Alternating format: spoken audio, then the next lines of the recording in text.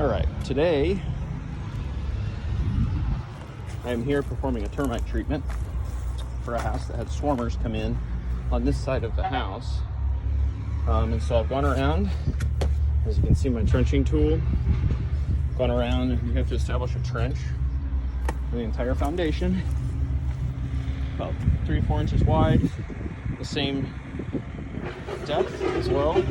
And that's basically to keep the termiticide against the foundation. And then we measure off linear feet, and then it's just a simple math problem on how much to use per linear foot.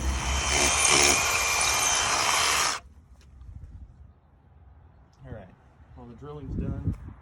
I'll go through with that, clean all the dust up. We'll save a bunch of the dust, that way I can color match this, because if you just put regular patch or quickcrete on it, it looks really bright and shiny. And so if you save some of this dust, you can sprinkle it then on top once you plug it and put the fill back on it, and it'll actually help blend it in. Another tip when you're drilling is always carry multiples. I have basically a brand new one here I used, I think, on a partial job last year. I have 2 older ones, but these tips will get ground down after a while. I think these are like 35, 40 bucks. You know, to me, it's worth having extras or buying a new one rather than spending an extra 30 seconds or so for a hole or a minute a hole.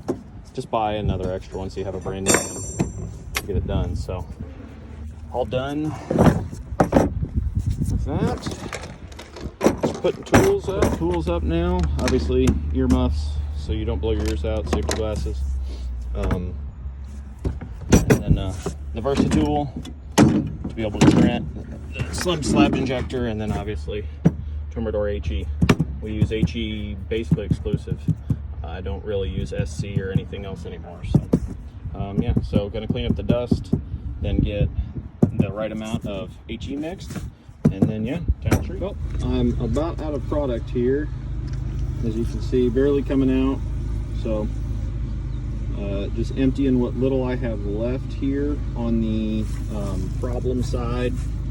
Just a little, you can see it's barely trickling out of there. So with Termidor HE, if you're going to put another product in your tank, anytime soon, you need to clean that line as best as possible because it foams really, really bad. And obviously you don't want to be misapplying on other houses. So I've already gone along through here, treated all this. You can see where I've built the dirt dams to catch any over treatment. It'll collect then in an area. But as you can see, holding that wide open there, and we are done. Perfect. So now I'll go back through. I will refill all of these dirt trenches like so. I'll get my garden hoe and go back through here, refill all these, and then patch the concrete holes, plug, patch, and be done. Honestly, as many as these have I've done over the years, you can use, your trenching tool, your garden hoe, but honestly, I think your boot works just as good. All you're trying to do, so you got a little bit, you're just trying to push that back over, therefore nothing unintended comes in contact with it. Whether that be unintended insects, wildlife, kids, people, nobody you want touching it. So, yep, just go along, and all I gotta do is just refill that, and then it'll be loose and look loose like this for a while until you get a couple good rains on it, and it'll tamp that dirt back down. And so I always let customers know that.